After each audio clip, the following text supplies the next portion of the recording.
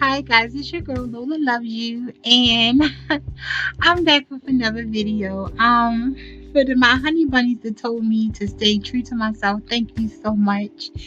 One of my honey bunnies said Whitney Houston would not like me not being my authentic self, so I want to take your advice, honey bunny. Thank you for that, and that's true. She will want me to stay true to myself.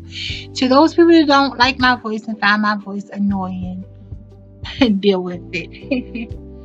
Anyway, today's topic, we're going to talk about Whitney Houston, the discrimination she faced during her life.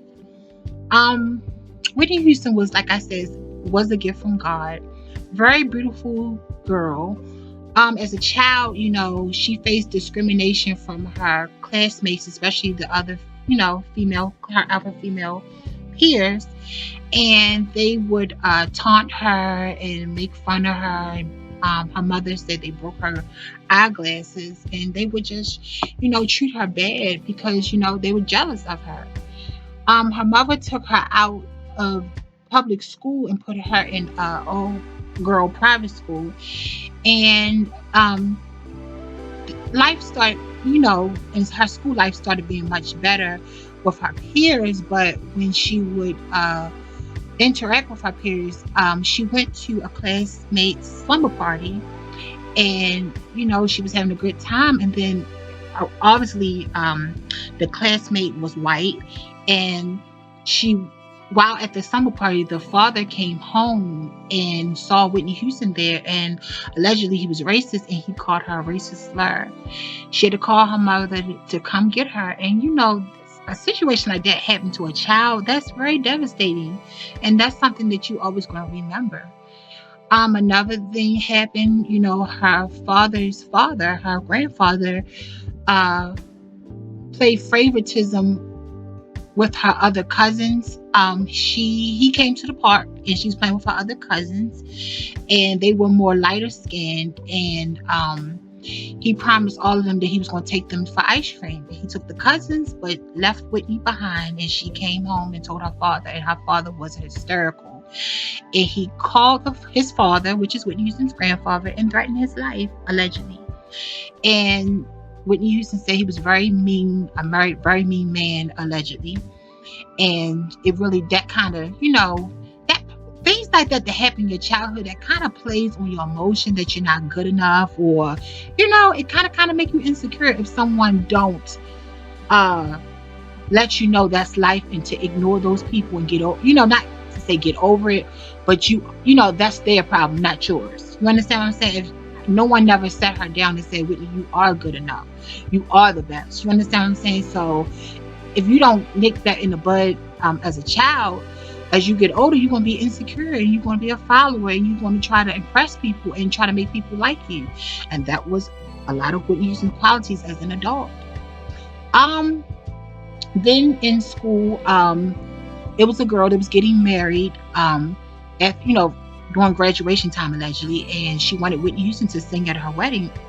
And I think this girl was Italian, and she asked Whitney, please sing at my wedding. And then when the wedding arrangements was made and the family found out Whitney Houston was African American, they declined it, and the girl had to tell Whitney she couldn't sing at her wedding because she was black, allegedly.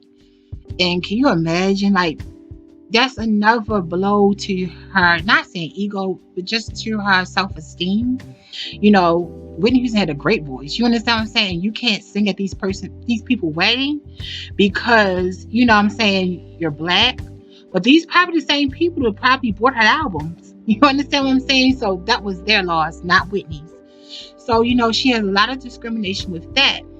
Then, becoming this superstar icon, you would think that, the love was so genuine, especially from the African American community, but it wasn't, in my opinion. At the 1989 Music Awards, Soul Train Music Awards, the African Americans booed her off the stage, and that really, really, really was a low blow to Whitney Houston's self-esteem. Yeah, to her self-esteem.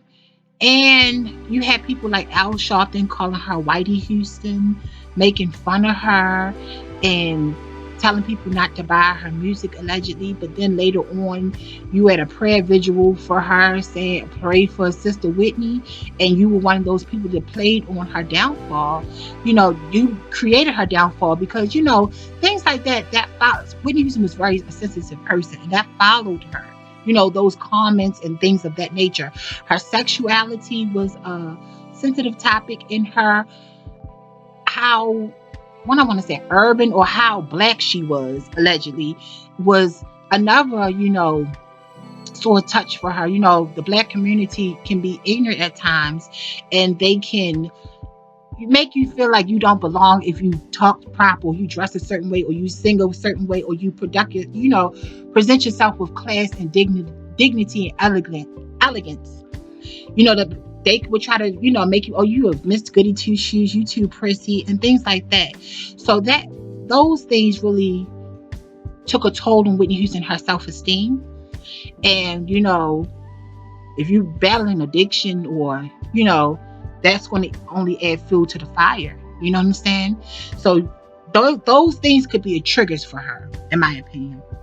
And it's just so sad to have racism, as a child, and as discrimination as a child, and into into adulthood, and then you become this this megastar, and then it's still race discrimination from your own community.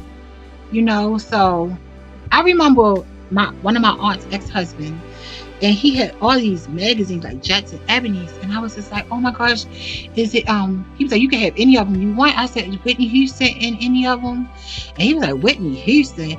He was like, I don't like her. She turned her back on the black community, the culture and stuff like that. And he just was saying things, but it was ignorant things that he was saying. Like, it didn't make any sense just because this lady had made it. And Whitney Houston had the same effect as Josephine Baker. Josephine Baker, they worship this woman overseas, in Paris, but in America they did not like her. You understand what I'm saying? And that's just sad. Just because somebody get on a mega level, that what I'm saying, your own community would feel like they would start turning their backs on you. You understand? When you get that success, the level of success, people will start showing their true colors. And I just feel sorry for Whitney Houston, that she had to go through this, especially from her own people.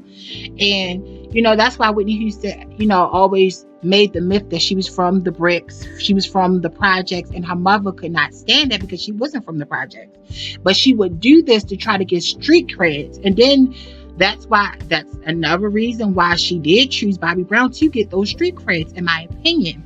So that's why she act more urban, black, everything would have to be black, this and that. There's nothing wrong with that. But don't overdo it just to prove a point, or just to look a certain way. And I believe Whitney Houston, once she married Bobby Brown, she started losing her true identity, in my opinion. And I think it takes tides in, what she went through as a child, and, on and so on. So sometimes you can feel like, who is the real me? You know what I'm saying? You, this girl from an urban environment, but you go to an all white, majority all white girls' school, and your friends, and people are going to pick on you at your neighborhood. Then you know what I'm saying, you back into this environment, but you feel like you don't fit in with the, what I'm saying, with your classmates and things of that nature. So it's just was, I think sometimes Whitney Houston did have social identity crisis in just her environment. Sometimes that's why I also do believe she played around, in my opinion, with drugs at an early age, just to fit in, or feel like she belonged with the urban kids or with the elite kids. You just never know what she did, participated in that behavior. Was it at school, or was it in her neighborhood? So you just never know. But let me know what y'all think about Whitney Houston, her discrimination, the things that she went through as a child and as an adult. And do you think that played a part of her insecurities and her low self-esteem issues? It's your girl Lola Loves You, and I'll be back with another video. I love my honey bunnies. Bye.